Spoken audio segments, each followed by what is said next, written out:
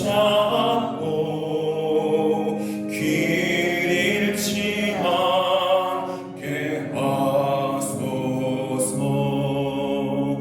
연약한 나를 보우사 하나님 나라 이르러 주님의 품에 안기는 영원한 식 주소서.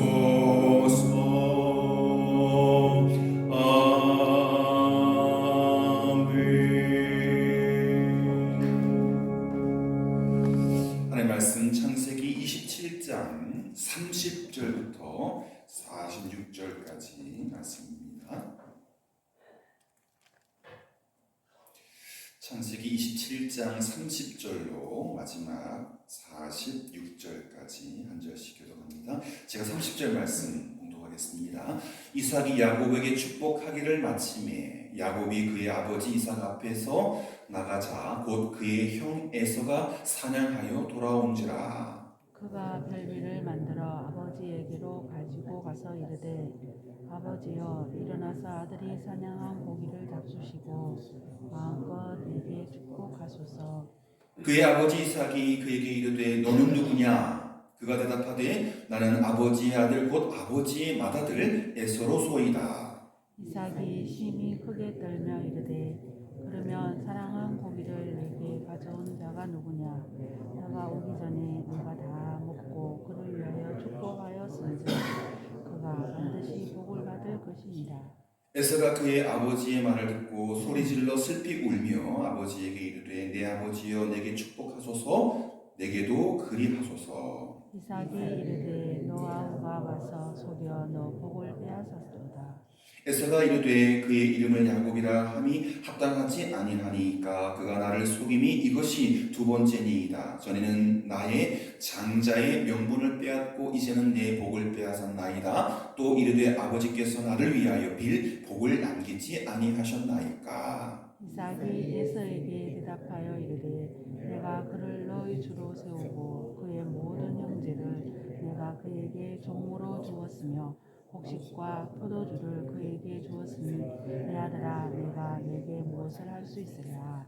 에서가 아버지에게 이르되 내 아버지여 아버지가 빌 복이 이 하나뿐이니까 내 아버지여 내게 축복하소서 내게도 그리하소서 하고 소리를 높여 우니. 그 아버지 이삭이 그에게 대답하여 이르되 너 주소는 땅의 기름짐에서 멀고 내리는 하늘 이슬에서 멀 것이며 너는 칼을 믿고 생활하겠고 내 아우를 섬길 것이며 내가 매임을 벗을 때에는 그 멍에를 내 목에서 떨쳐버리리라 하였더라. 그가 그의 아버지가 야곱에게 축복한 그 축복으로 말미암아 에서가 야곱을 미워하여 심중에 이르기를 아버지를 곡할 때가 가까웠은즉 내가 내 아우 야곱을 죽이리라 하였더니 맏아들 에서의 이 말이 리브가에게 들림에 이에 사람을 보내어 작은 아들 야곱을 불러 그에게 이르되 내 형 에서가 너를 죽여 그 한을 풀려 하니 내 아들아 내 말을 따라 일어나 하란으로 가서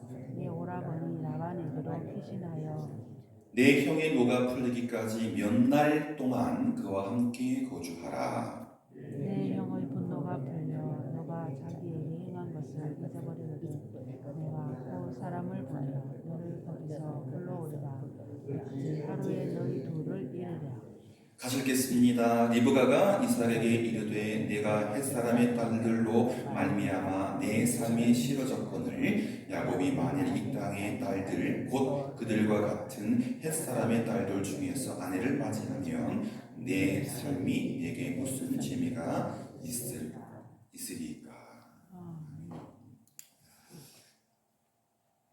장성희 권사님, 그 제가 나이가 들어서 그런가 봐요. 이렇게 좀 마른 기침, 의원에 가서 감기약을 먹었는데도 계속 이렇게 기침이 나려고 여기는 또 긴장이 돼가지고 한동안 제가 이렇게 됐다라고 말씀드릴 때까지 이렇게 따뜻한 물 좀 새벽기도 시간 더 그런 것 같아요. 새벽녘 공기가 차고 하니까 제가 이제 그만해 주시고 주십시오라고 할 때까지 좀 따뜻한 물을 좀 떠주시면 좋겠습니다. 중간에 마시면 좀 나을 것 같네요. 오늘 본문 내용도 우리가 잘 알고 있는 그 내용이죠. 이삭의 축복, 아브라함으로부터 받은 이삭의 축복이 또 이제 아들 때로 흘러가야 되는데, 상식적이라면 큰아들 에서에게, 맏아들 에서에게 가는 것이 마땅한데, 어제 우리가 살펴본 것처럼 이삭의 축복이 큰아들 에서가 아니라 야곱이 받은 것은 사실 야곱의 속임수 때문이었죠. 그리고 또 어머니 리브가가 많이 도왔기 때문에 완벽하게 그 속임수가 성공했습니다. 그리고 안방문을 나가자마자 지금 이제 큰아들은 부엌에 있고요. 나 상차림 해가지고 가지고 오는 이 드라마를 보면 아주 재미있는 그 순간입니다. 야곱은 축복받고 나오고 그 순간에 조금 있다 보면 또 상차림을 해가지고 복받을 그 생각을 하면서 콧노래를 부르며 달려가는 에서의 모습이 겹치죠. 그런데 어쨌든 뭐 이삭의 집안에 뭐 큰 일이 있었지만 결과적으로는 하나님의 말씀이 성취되어 가는 과정을 보여주고 있습니다.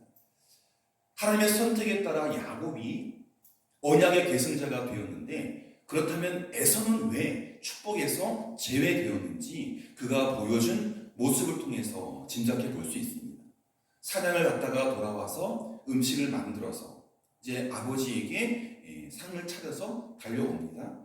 에서는 야곱이 아버지를 속이고 자신의 축복을 대신 받은 것을 알게 되었습니다.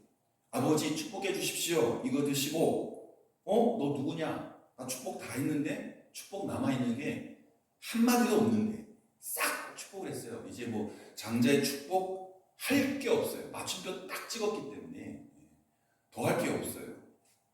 그러자 그런 전후 사정을 다 듣고 나서 정말 나라 잃은 것처럼, 그렇잖아요. 이제 아버지에게 축복받고 이제 한 가문의 가장으로 이렇게 일어서려고 했는데 정말 하늘이 무너지고 땅이 꺼지는 듯한 충격을 받았죠.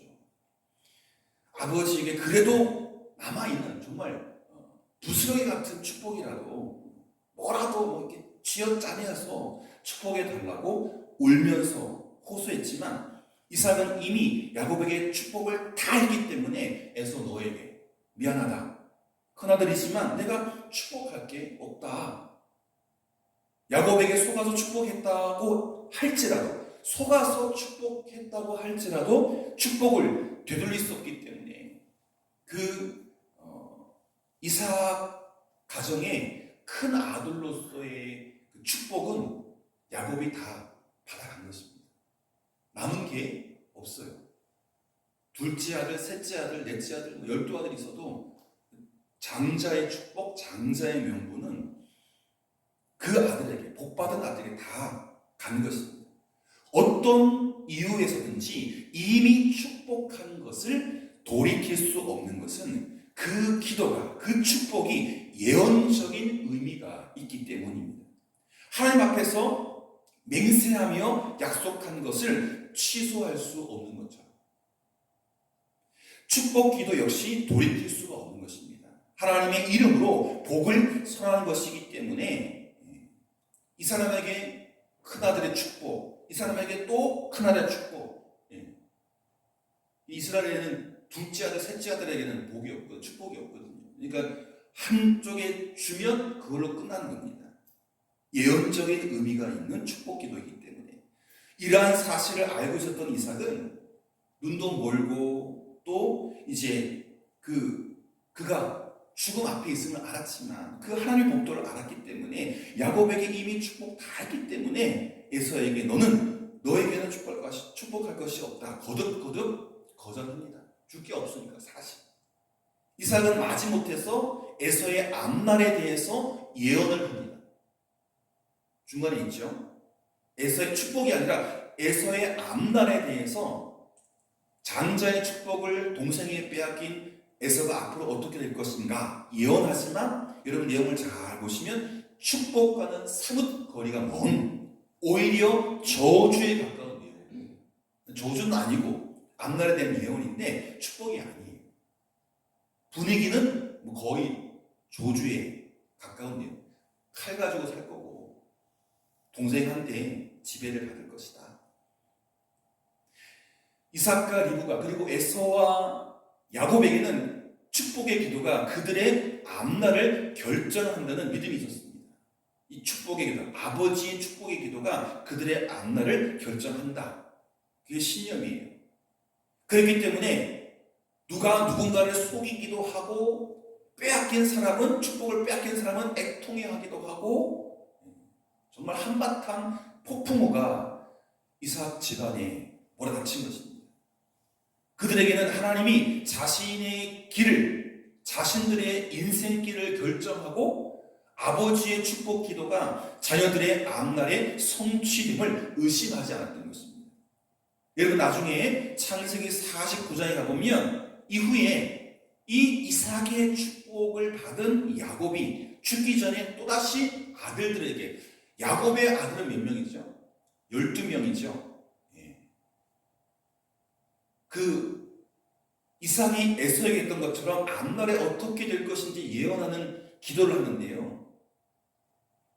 죽기 전에 야곱이 12아들들에게 예언의 기도를 하는데 각 사람의 분량대로 축복을 했습니다. 그때는 왜 그랬느냐? 아브라함이 이삭에게, 이삭이 야곱에게 할 때는 이게 그 마다들에게 주는 명분, 축복이에요. 그런데 이제 야곱, 사실은 야곱과 건너면서 이스라엘이 됐잖아요. 그리고 그 12아들은 이후에 12지파로 이스라엘 민족을 이루기 때문에 거기서는 장자에게만 축복한 것이 아니라 12아들에게 모두 다 축복을 합니다. 사실은 유다가 장자가 아닌데 유다에게 가장 큰 축복을 해요. 창세기 49장 1절부터 28절 보면 12아들들에게 다 예언적인 기도를 합니다. 각 사람의 분량대로 축복합니다. 그리고 역사에서 그 예언이 그대로 12지파에게 성취되는 것을 성경에서 분명히 확인할 수 있습니다. 그 예언의 기도가 사람이 아니라 성령의 감동으로 선포되는 하나님의 뜻이기 때문이죠. 하나님이 모든 생사화복을 주관하시고 믿음의 기도에 그대로 응답하신다는 믿음은 모든 성도가 품어야 할 믿음입니다. 그러니 한 가정의 아버지가 믿으면 더 좋고요. 그렇지 못할지라도 어머님이 잘 믿으면 그 아버지 대신에 어머님이 이 축복 기도를 하십시오.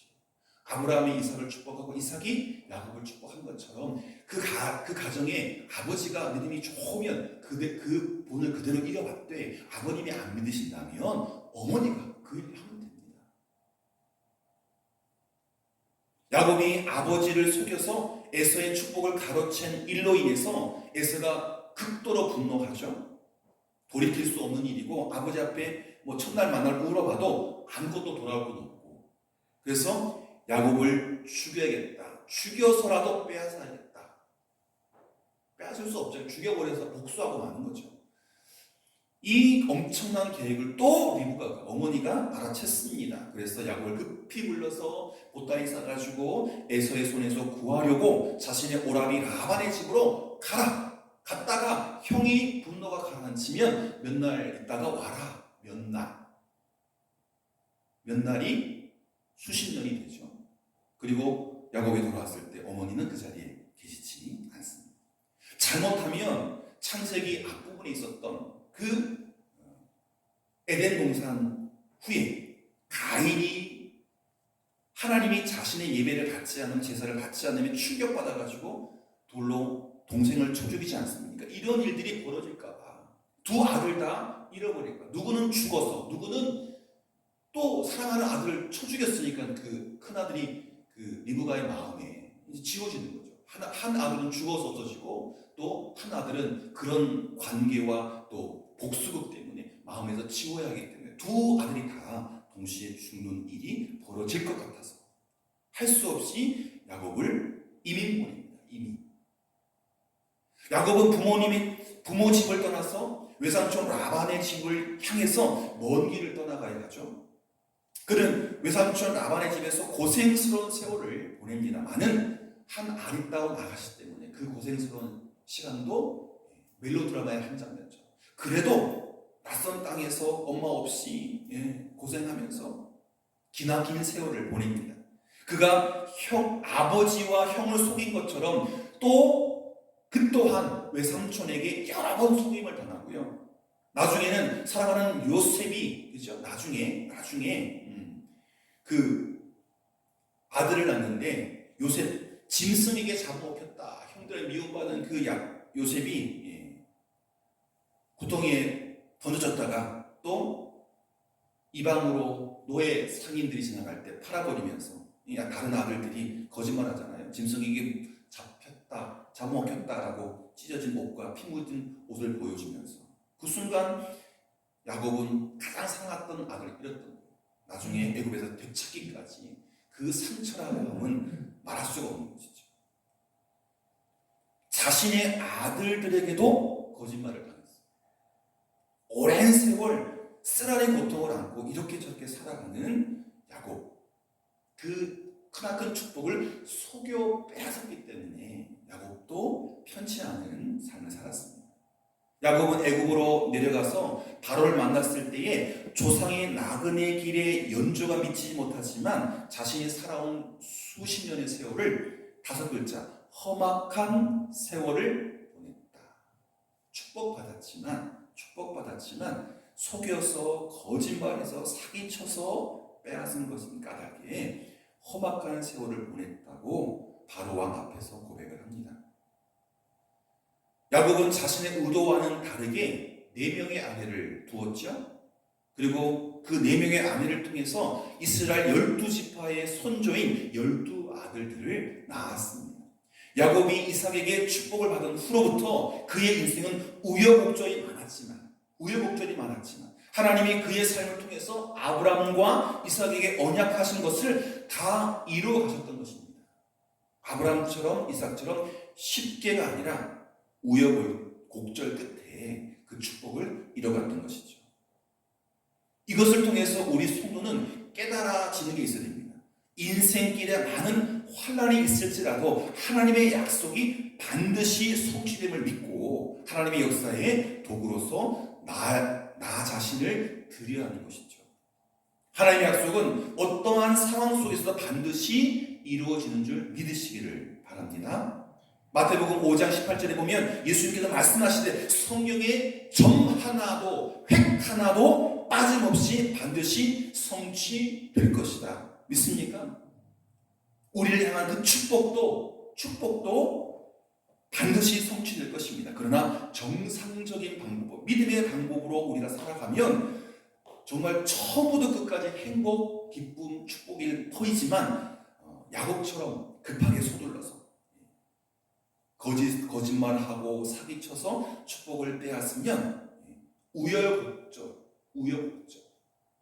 그것을 겪으면서 조금은 힘들게 축복을 쌓아간다는 것입니다.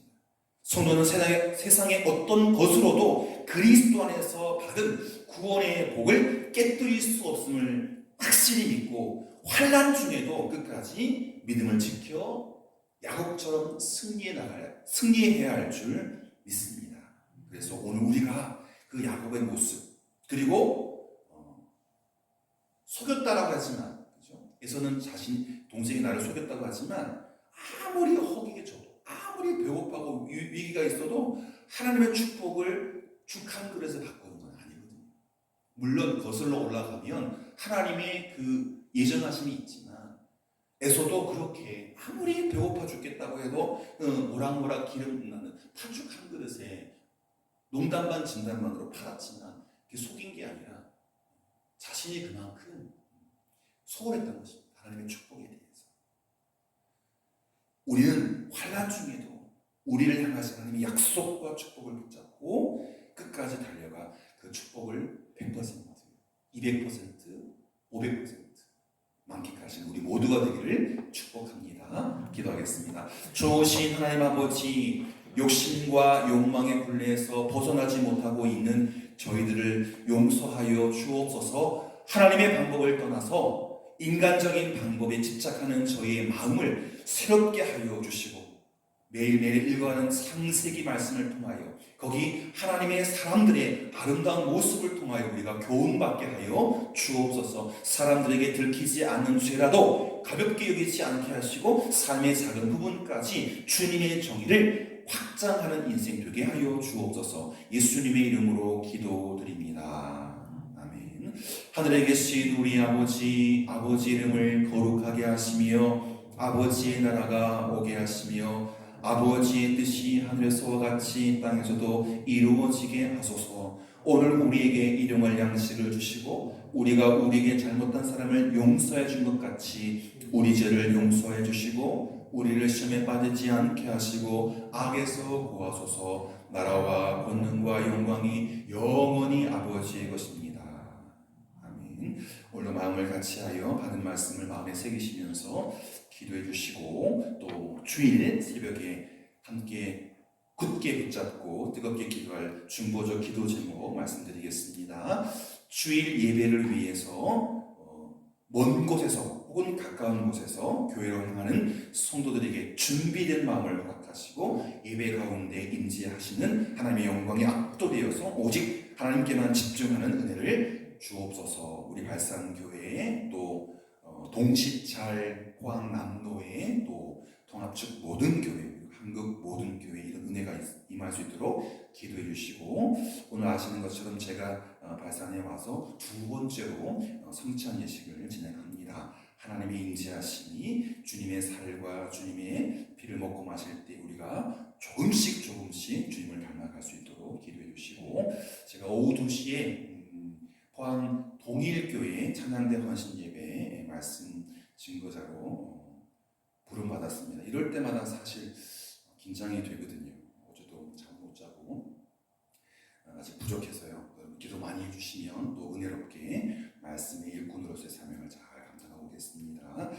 주일 예배를